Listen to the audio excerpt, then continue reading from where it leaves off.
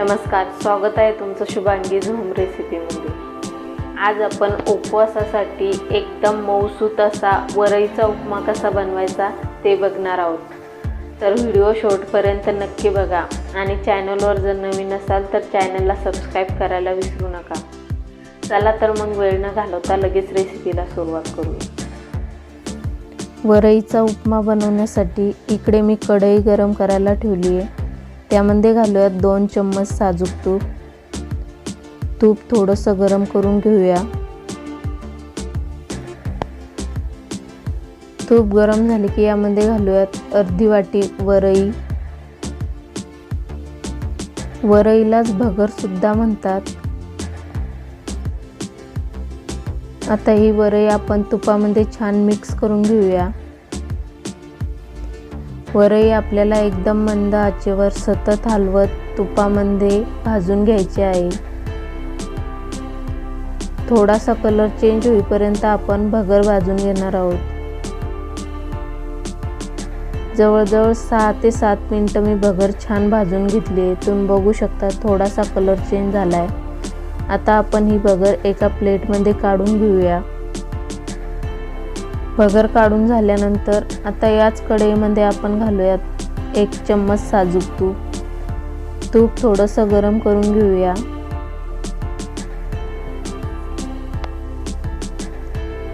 तूप थोडंसं गरम झाले की यामध्ये घालूयात अर्धा चम्मच जिरं।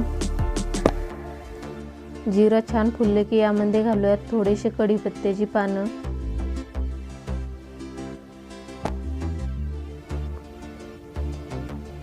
त्यानंतर घालूयात 2 ते 3 हिरव्या मिरचीचे तुकडे किंवा मिरची तुम्ही तुमच्या आवडीप्रमाणे घालू शकता। थोडंसं तुपामध्ये परतून घेऊया। त्यानंतर घालूयात थोडेसे शेंगदाणे। शेंगदाणे पण आपल्याला छान तुपामध्ये भाजून घ्यायचे आहे। शेंगदाणे व्यवस्थित भाजून होईपर्यंत आपण छान तुपामध्ये भाजून घेऊया।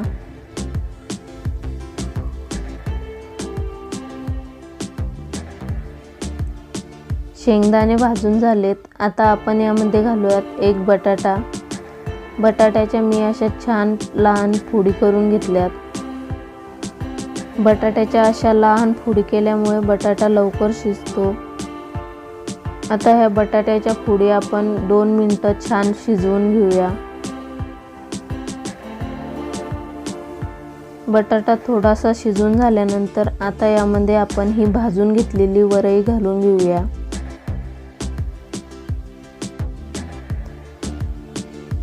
वरई यामध्ये घालून झाल्यानंतर छान मिक्स करून घेऊया आणि अजून एखादा मिनिट आपण याला छान असंच तुपामध्ये परतून घेऊया।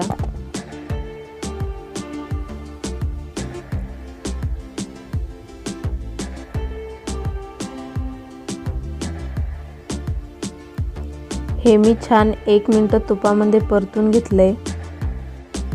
आता यामध्ये घालूयात 2 चम्मच भाजलेल्या शेंगदाण्याचा कूट। छान मिक्स करून घेऊया।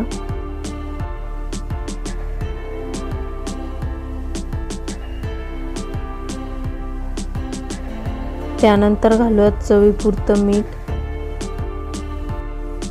आणि हे सुद्धा छान मिक्स करून घेऊया। तुम्हाला आवडत असेल तर तुम्ही थोडीशी साखर सुद्धा घालू शकता। आता यामध्ये घालूयात 2 वाट्या पाणी। अर्धी वाटी वरई घेतली होती त्यासाठी 2 वाट्या पाणी घेतलं, म्हणजेच वरईच्या 4 पट पाणी आपल्याला या ठिकाणी घ्यायचं आहे।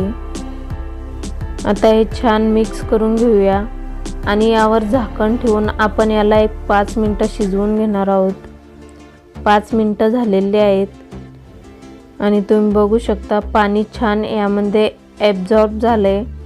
आता हे एकदा छान मिक्स करून घेऊया। अगदी हलक्या हाताने मिक्स करून घ्यायचं आहे।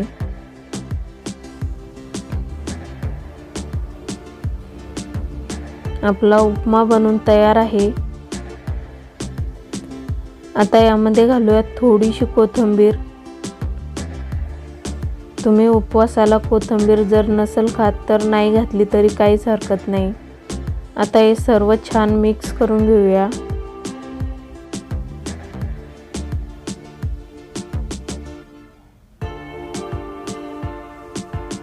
आपला उपमा बनवून तयार आहे। आता सर्व करून घेऊया।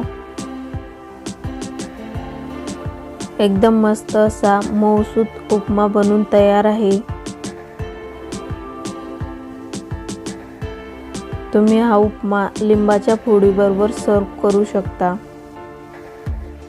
किंवा शेंगदाण्याची आमटी सुद्धा यासोबत खूप छान लागते। या नवरात्रीमध्ये या पद्धतीचा वरईचा उपमा नक्की ट्राय करून बघा, खूप छान होतो। एकदम टेस्टी असा उपमा बनवून तयार आहे। तर कशी वाटली तुम्हाला आजची वरईच्या उपम्याची रेसिपी कमेंट करून नक्की कळवा। त्याचबरोबर व्हिडिओला लाईक, शेअर आणि चॅनलला सबस्क्राईब करायला विसरू नका। वेळात वेळ काढून तुम्ही माझी रेसिपी बघितली त्याबद्दल धन्यवाद।